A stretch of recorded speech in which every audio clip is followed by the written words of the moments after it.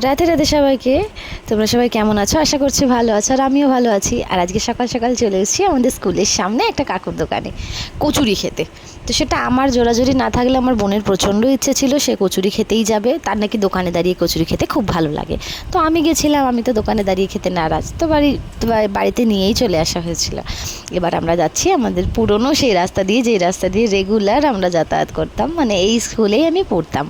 Class 1 থেকে 12 পর্যন্ত আমি এই স্কুলেই পড়েছি। তারপর পাস আউট হয়ে আমি মহসিন কলেজে গেছিলাম।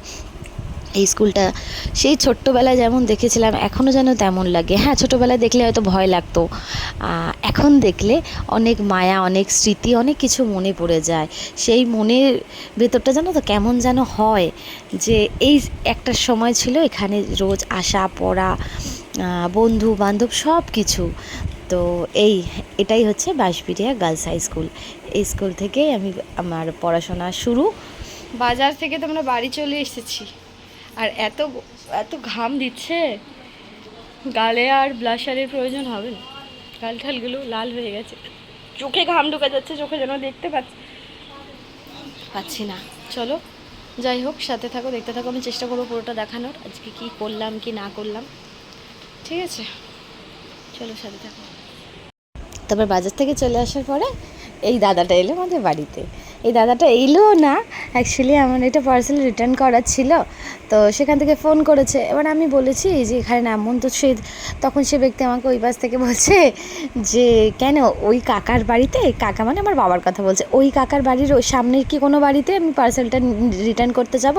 আমি বললাম ওই কাকার বাড়িতে না, ওই কাকাদের বাড়িতে, মানে আমাদের বাড়ির সামনের কোনো বাড়ি না, আমাদের বাড়িতে। তখন বলছে ও বড় ম্যাডাম, এই দাদা হচ্ছে সেই দাদা যখন আমাদের এই বাড়িটা হয়, এই দাদা আমাদের বাড়িতে কাজ করতে, জানো তো, খুব ভালো, তার হাতের কাজ খুব ভালো, খুব সুন্দর পরিষ্কার পরিচ্ছন্ন করে কাজ করেছে। আর একটা ফ্যামিলির যেমন মানুষ হয় সেই রকম মানুষে পরিণত হয়েছে। তো বহুদিন পর দেখা হলো, আমারও বিয়ে হয়ে যাওয়ার পরে সচরাচর দেখা হয়নি, হয়তো এক আধবারই দেখা হয়েছিল। তো তারপরে সেদিন এসেছিল রান্নাঘরে পার্সেলটা নিতে। হচ্ছে কি যে হাড়ি দেখে বুঝতে পারছো বিরিয়ানি, এখানে চিকেন হচ্ছে। আর সকাল থেকে অনেক ব্যস্ততার মধ্যেই কেটেছে, এখন এইসব করি। বিভৎস গরম লাগছে, আর আজকে আমি চুলে কালারও করেছি, পরে এখন বোঝা যাচ্ছে না। হ্যাঁ, ওটা ভালো হবে, ওটা তখনও লাগিয়েও দেওয়া যেতে পারে।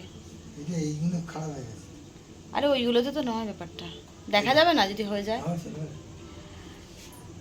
হ্যাঁ, তো আর সব কাজবাজ হয়েছে আজকে।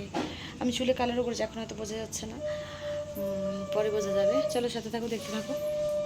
সারা দিনের ব্যস্ততার পরে এবার আমরা রাতের বেলা এসেছিলাম ছাদেতে। বিকেলে আরও টুকি অনেক কাজবাজ করা হয়েছিল, জানো তো, কিন্তু তোমাদের সাথে শেয়ার করা হয়নি। তো বিকেলে যখন একবার আমি ছাদে এসেছিলাম কাজের সূত্রেই, তো তখনই এই গাছটাকে দেখেছিলাম। এটা কোন গাছ বলো তো? এটা হচ্ছে গিয়ে পদ্ম গাছ। গাছটা অনেক দিন আগেই লাগানো হয়েছিল। আমার আর বোনের খুব ইচ্ছা, মানে আমি অনেক আগে থেকে বলতাম একটা পদ্ম চারা লাগাবো। তো এটা আনার পরে গাছটা এর আগে হয়েছিল, এখন আবার একটুখানি মাথা ঝাড়া দিয়ে উঠেছে। তো এই গাছটাকে দেখে খানিকটুকু ক্লিপ নিয়ে তারপর রাতের বেলা একটু ছাদে পায়চারি করে তারপর আমরা শুতে চলে এসেছিলাম। ভিডিওটা ভালো লাগলে লাইক শেয়ার কমেন্ট সাবস্ক্রাইব করে দিও। রাধে রাধে।